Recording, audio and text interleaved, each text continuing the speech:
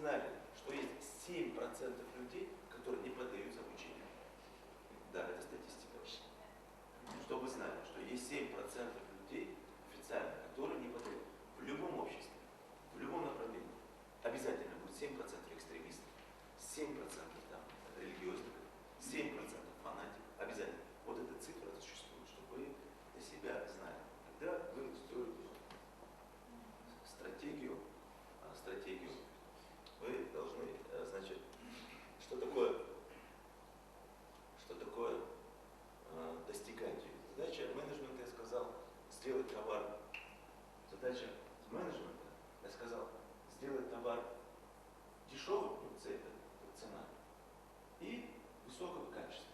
Это задача нашего менеджера, управленца. То есть мы должны с минимальным трудом сделать вот эту работу. То есть мы должны обучать персонал, повышать квалификацию, чтобы он большим трудом, производительность труда была выше, что соответствовало ниже себестоимость продукции.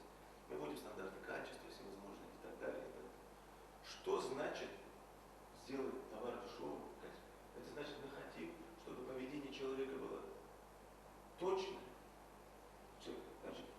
точное и безусловное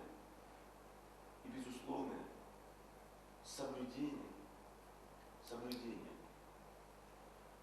трудовой, производственной и технологической дисциплины. Существует 3 дисциплины. Трудовая, производственная, технологическая дисциплина. Что такое трудовая дисциплина? Понятно, с утра рабочий день с 9 до 6, с часу до 2. Понятно. Что такое производственная дисциплина? Это объем работ, который вы должны сделать в течение года. Технологическая дисциплина – это инструкция. По инструкции 3 дисциплины. То есть, если вы... Дело в том, что вы уже построили стратегию, написали, что должно быть достигнуто, как должно быть достигнуто, все прописали. Теперь, конечно же, простая задача, чтобы люди точно исполнили. Другой задачи нет. Все. Чтобы просто люди, безусловно, не ставили мне никаких условий. Я купил товар на рынке труда. Из товара. Люди сейчас потеряли вообще понимание. Они считают, что на работу часто ходят, делают одолжение как будто. Я всегда прихожу, когда новый коллектив, новую работу, я говорю, поднимите, пожалуйста, руку и скажите, есть ли среди вас люди, которых умоляли и просили работать у нас? Ну, из таких людей нет, да, мы должны понимать, что рынок труда, на рынке труда я работодатель. Я плачу, я не прошу тебя, я плачу и требую взамен безусловное и точное соблюдение. А что такое безусловное и точное соблюдение? Вы как хотите, чтобы он делал как ты хочешь. Что значит делал как ты? Это значит думал как ты. Это важнейший момент. Думал как ты. Вот это важнейший момент. Это за пропаганда. Думал как ты. Когда человек думает как ты, он начинает действовать как ты. Почему строятся иерархические структуры? Если, говорят, 7 мудрецов начнут думать одинаково, они могут расколоть мир. То есть в чем заключается?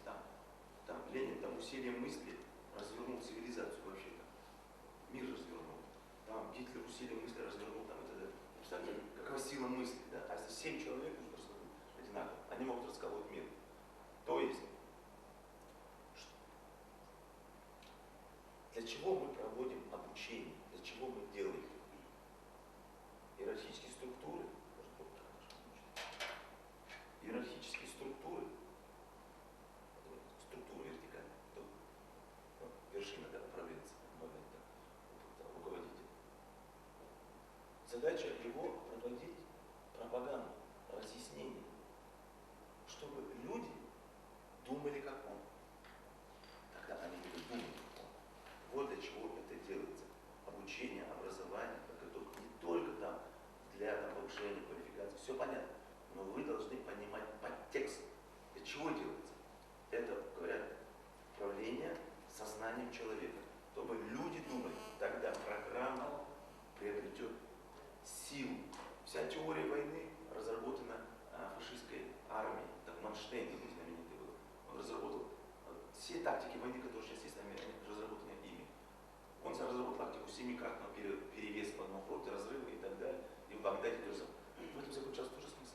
Он концентрировал усилия людей, мысли в одной точке. То есть ваша задача, чтобы вы понимали, в чем заключается, ваша задача, чтобы все 10 тысяч человек толкались в одну точку. Вот и все. В одну